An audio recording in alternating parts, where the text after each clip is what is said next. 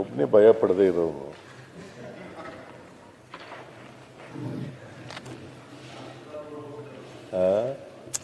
ಆಯ್ತು, ಬೆಲ್ಲ ಎಲ್ರೂ ಗೌರವ ಕೊಡ್ತಾರೆ, ಒಬ್ಬ ಕೊಡಲ್ಲ.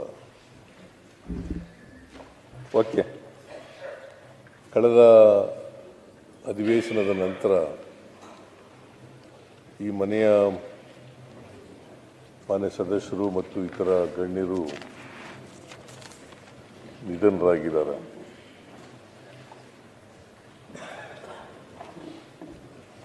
ನೀವು ಅವರ ಆತ್ಮಕ್ಕೆ ಶಾಂತಿ ದೊರಕಲಿ ಅಂತೇಳಿ ಒಂದು ನಿರ್ಣಯವನ್ನು ಮಂಡಿಸಿದ್ದೀರಿ. ಆ ನಿರ್ಣಯಕ್ಕೆ ಬೆಂಬಲ ಸೂಚಿಸಿ ಕೆಲವು ಮಾತುಗಳನ್ನು ಹೇಳಲಿಕ್ಕೆ ಬಯಸ್ತಾ ಇದ್ದೇನೆ. HY ಮೇಟಿಯವರು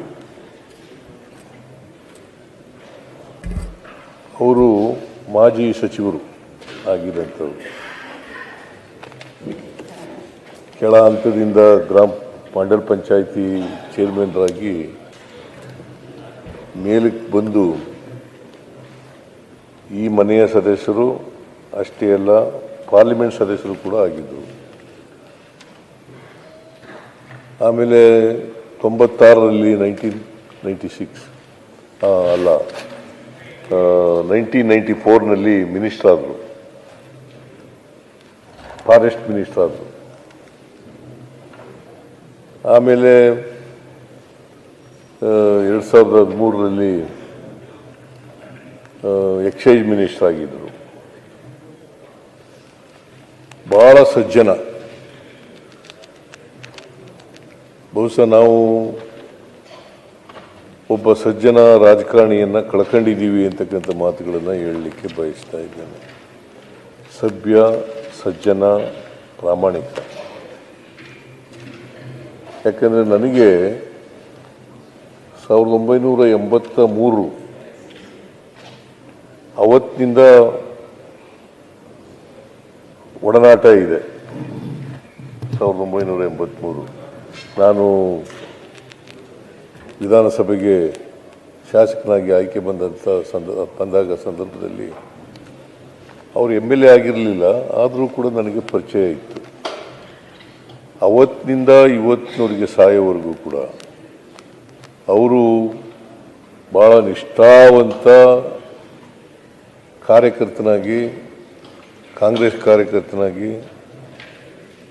ಉಳ್ಕೊಂಡಿದ್ರು ಅಂತಕ್ಕಂಥ ಮಾತುಗಳನ್ನು ಹೇಳಲಿಕ್ಕೆ ಬಯಸ್ತಾ ಇದ್ದೇನೆ. ಅವರು ಬಿಲ್ಕೆರೂರು ಮಂಡಲ ಪಂಚಾಯಿತಿ ಚೇರ್ಮನ್ ಆಗಿದ್ದರು. ಆಮೇಲೆ APMC ಅಧ್ಯಕ್ಷರು ಕೂಡ ಆಗಿದ್ದರು. ಬಾಗಲಕೋಟೆ ಪಟ್ಟಣ ಅಭಿವೃದ್ಧಿ ಪ್ರಾಧಿಕಾರದ ಅಧ್ಯಕ್ಷರಾಗಿದ್ದರು. MSILನ ಅಧ್ಯಕ್ಷರಾಗಿ ಕೂಡ ಇದ್ದರು. DCC ಬ್ಯಾಂಕ್ನ ನಿರ್ದೇಶಕರಾಗಿ ಕೂಡ ಇದ್ದರು. ಅಂದರೆ ನಾನು ಯಾಕೆ ಇವನ್ನೆಲ್ಲ ಹೇಳ್ತಾ ಇದ್ದೀನಿ ಅಂತಂದರೆ, ಅವರು ಕ್ಷೇತ್ರ ಬರೀ ರಾಜಕಾರಣ ಅಷ್ಟೇ ಅಲ್ಲ, ಬೇರೆ ಬೇರೆ ಕ್ಷೇತ್ರಗಳಲ್ಲೂ ಕೂಡ ಅವರು ತಮ್ಮ ಛಾಪನ್ನು ಮೂಡಿಸ್ತಕ್ಕಂಥ ಪ್ರಯತ್ನವನ್ನು ಮಾಡಿದರು. ಅವರು ನಿಜ ಹೇಳಬೇಕು ಅಂತಂದರೆ ನನ್ನ ಅನುಯಾಯಿ ಅಂತಲೇ ಹೇಳಬೇಕು. ಅವ್ರಿಗೆ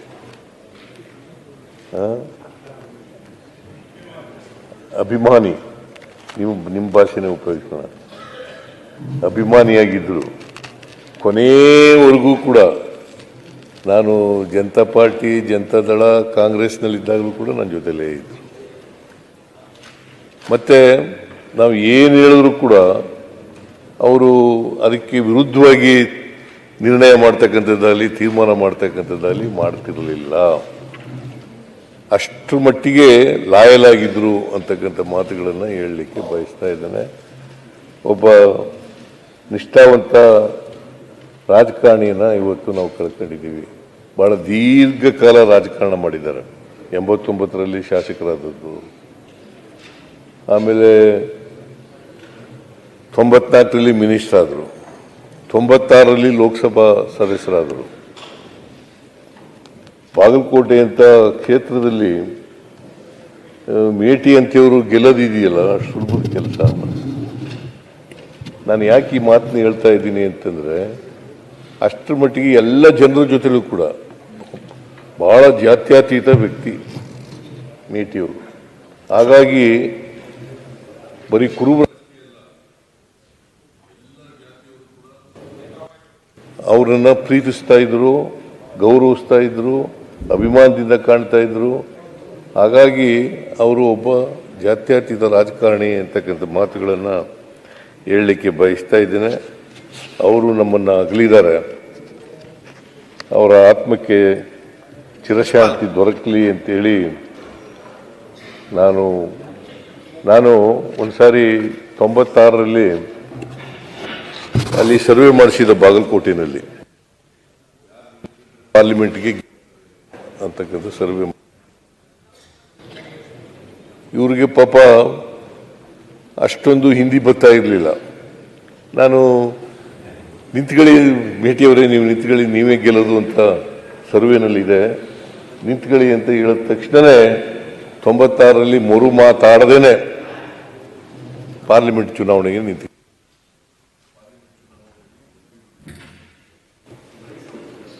ಸೊ ಪಾಪ ಸಿಟ್ಟಿಂಗ್ ಮಿನಿಸ್ಟರು, ಸಾಮಾನ್ಯವಾಗಿ ಯಾರು ಕೂಡ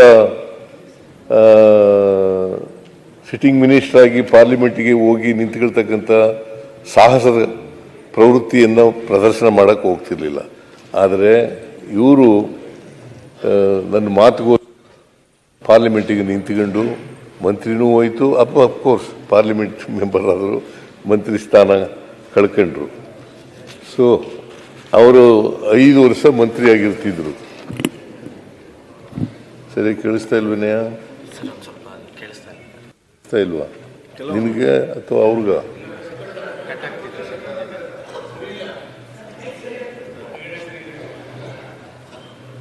ಸೊ ಅವರು ನನಗೆ ವೈಯಕ್ತಿಕವಾಗೂ ಕೂಡ ನಷ್ಟ ಆಗಿದೆ. ಉತ್ತರ ಕರ್ನಾಟಕದಲ್ಲಿ ಒಬ್ಬ ಅಭಿಮಾನಿಯನ್ನ ಕಳ್ಕೊಂಡಿರ್ತಕ್ಕಂಥದ್ದು ನನಗೆ ವೈಯಕ್ತಿಕವಾಗಿ ನಷ್ಟ ಆಗಿದೆ. ಅಷ್ಟೇ ಅಲ್ಲ, ಬಾಗಲಕೋಟೆ ಉತ್ತರ ಕರ್ನಾಟಕ ಭಾಗದಲ್ಲಿ ಅಪಾರವಾದಂಥ ನಷ್ಟ ಆಗಿದೆ. ಕಾಂಗ್ರೆಸ್ ಪಕ್ಷಕ್ಕೂ ಕೂಡ ನಷ್ಟ ಆಗಿದೆ ಅಂತಕ್ಕಂಥ ಮಾತುಗಳನ್ನು ಹೇಳಿ ಅವರ ಆತ್ಮಕ್ಕೆ ಚಿರಶಾಂತಿ ದೊರಕಲಿ. ಅವರಿಗೆ 3 ಜನ ಮಕ್ಕಳಿದ್ದಾರೆ, ಒಬ್ಬ ಹೆಣ್ಮಗಳು, 2 ಗಂಡು ಮಕ್ಕಳು. ವೃತ್ತಿನಲ್ಲಿ ಕೃಷಿಕರು, ಇವರು ಮೂಲತಃ ಕೃಷಿಕರು. ಆಮೇಲೆ ರಾಜಕಾರಣ ಪ್ರಾರಂಭ ಮಾಡಿದ್ದು ಮಂಡಲ ಪಂಚಾಯಿತಿ ಅಧ್ಯಕ್ಷನಾಗಿ ರಾಜಕಾರಣ ಪ್ರಾರಂಭ ಮಾಡಿದ್ರು. ಅಲ್ಲಿಂದ ಕೊನೆಯವರೆಗೂ ಕೂಡ ಈ ಸದನದ ಸದಸ್ಯರಾಗಿ ಕೂಡ ಇದ್ದರು. ಪಾಪ ಸಿಟ್ಟಿಂಗ್ ಮೆಂಬರು. ಅವರಿಗೆ ನಾನು ಆಸ್ಪತ್ರೆಗೆ ಹೋಗಿ ನೋಡ್ಕೊ ಬಂದಿದ್ದೆ. ಆಸ್ಪತ್ರೆಗೆ ಹೋದಾಗ ನಾನು ಇನ್ನೂ 10 ವರ್ಷ ಬದುಕ್ತೀನಿ ಅಂತ ಪಾಪ ಹೇಳಿದ್ರು. 10 ವರ್ಷ ಬದುಕ್ತೀನಿ ನಾನು ಅಂತ ಹೇಳಿದ್ರು.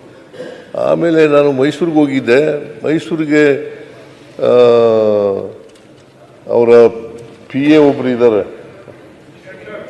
ಶೆಟ್ಟರ್ ಅಂತ, ಶೆಟ್ಟರ್ ಒಳೆ ಬಸು ಶೆಟ್ಟರ್ ಅಂತ ಇದೆ. ಅವರು ಯಾವಾಗಲೂ ಇವ್ರ ಜೊತೆಯಲ್ಲಿ ಇರ್ತಿದ್ರು. ನನಗೆ ಫೋನ್ ಮಾಡಿದ್ರು, ಸರ್ ಯಾಕೋ ಕಷ್ಟ ಇದೆ ಅಂತ ಹೇಳಿ. ನಾನು ಮೈಸೂರಿನಲ್ಲಿ ಇದ್ದವನು ಕೂಡಲೇ ಬಂದೆ. ಆಮೇಲೆ ಬಂದು ನೋಡಿದ್ರೆ ನಿಧನರಾಗಿದ್ದರು. ಸೊ ಅಂಥ ಒಬ್ಬ ಅಪರೂಪದ ರಾಜಕಾರಣಿಯನ್ನು ನಾವು ಇವತ್ತು, ಮತ್ತು ಯಾರಿಗೂ ಕೂಡ ವೈರತ್ವ ಇರಲಿಲ್ಲ ಅವರಿಗೆ. ವಿರೋಧ ಪಕ್ಷದವ್ರ ಜೊತೆಲೂ ಚೆನ್ನಾಗಿದ್ರು, ಜನಗಳ ಜೊತೆಲೂ ಚೆನ್ನಾಗಿದ್ರು, ನಮ್ಮ ಜೊತೆಲೂ ಚೆನ್ನಾಗಿದ್ರು. ಪೊನ್ನಣ್ಣವರೇ, ಪೊನ್ನಣ್ಣ ಏನಪ್ಪ ಲೇಟ್ ಬರುತ್ತೆ, ಮತ್ತೆ ಅಲ್ಲಿ ಕೂತು ಮಾತಾಡ್ತೀರಿ. ಸರಿ ಸರ್. ಸೊ ಅಂಥ ವ್ಯಕ್ತಿಯನ್ನು ನಾವು ಇವತ್ತು ಕಳ್ಕೊಂಡು ಒಂದು ರೀತಿ ರಾಜಕೀಯ ತಬ್ಲಿತನ ನಮ್ಮನ್ನು ಕಾಡ್ತಾ ಇದೆ ಅಂತಕ್ಕಂಥ ಮಾತುಗಳನ್ನು ಹೇಳಲಿಕ್ಕೆ ಬಯಸ್ತೇನೆ. ಅವರ ಆತ್ಮಕ್ಕೆ ಚಿರಶಾಂತಿ ದೊರಕಲಿ. ಅವರ ಕುಟುಂಬ ವರ್ಗದವರಿಗೆ ಮತ್ತು ಅವರ ಅಭಿಮಾನಿಗಳಿಗೆ ಅವರ ಸಾವಿನ ದುಃಖವನ್ನು ಭರಿಸ್ತಕ್ಕಂಥ ಶಕ್ತಿ ಕೊಡಲಿ ಅಂತೇಳಿ ನಾನು ಪ್ರಾರ್ಥನೆಯನ್ನು ಮಾಡಲಿಕ್ಕೆ ಬಯಸ್ತಾ ಇದ್ದೇನೆ. ಆಮೇಲೆ RV ದೇವರಾಜ್ ಮಾಜಿ ಶಾಸಕರು ಒಂದು 15 ದಿನಗಳಿಂದ ನನ್ನನ್ನು ಭೇಟಿಯಾಗಿದ್ದರು.